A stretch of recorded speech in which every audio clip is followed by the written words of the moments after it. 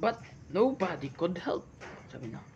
And then Jairus thought of Jesus. So, naalala ni Jairus tungkol kay Jesus. The master teacher from Galilee. Okay? Everyone was talking about his miracles. So, lahat ng tao ay nag-uusap tungkol sa kanyang miraculous na nagawa. Jesus was Jairus' last hope. So, si Jairus, ang huli niyang pag-asa ay ang Panginoon na lang. Jairus whispered to his daughter, okay? Bumulong siya sa kanyang anak. Sabi niya, I'm going to find help, okay? Then Jairus left home and hurried as fast as he could do Matthew house. Matthew ba yan? Matthew. Okay. So, dali-dali siyang umalis sa kanyang bahay at dali-dali siyang pumunta sa bahay ni Matthew. So, he know that he would find Jesus there. So, alam niya na doon niya makikita si Jesus.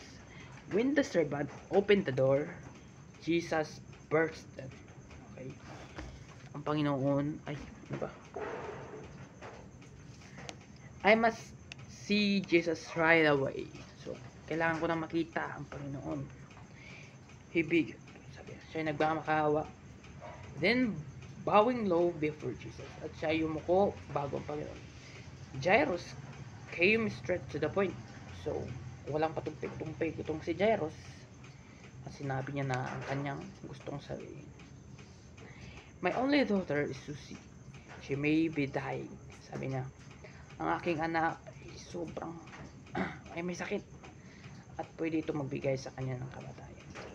I need you to come to my house and put your hands on her. Gusto kong pumunta ka sa aming bahay at hawakan mo siya sa iyong mga sariling kamay. Then she will get well. At siya ay magiging maayos o gumaling. Tama. Jairus faith plus Jesus, okay? At once he started to live with Jairus. Okay. Ano siya? Aalis na siya kasama si Jairus. But a large crowd had gathered waiting for Jesus to come out. Pero maraming tao ang nag-iipon para makita si Jesus na lumabas sa bahay ni Matthew. The people crowded Jesus as he walked along. So, hindi naman nagrarambulan. Parang nagsiksikan ang mga tao doon nung sila ay naglalakad. Everyone was anxious to be near him. So, ang lahat ng tao ay naiinggit kapag may mga tao nakakalapit sa kanya. They push and shove one another. Sila nagtutulakan sa isa't isa. Often they bump against Jesus as well. Binapamp pa nila si Jesus. Suddenly Jesus stopped. Who touched me? Sabi niya. Sino yung humawak sa akin? Sabi niya.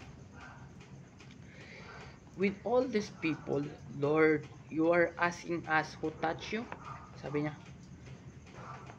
Sabi ng Panginoon, sa dami ba namang taong ito, tapos magtatanong ka sa amin kung sino yung humawak sa iyo, di ba?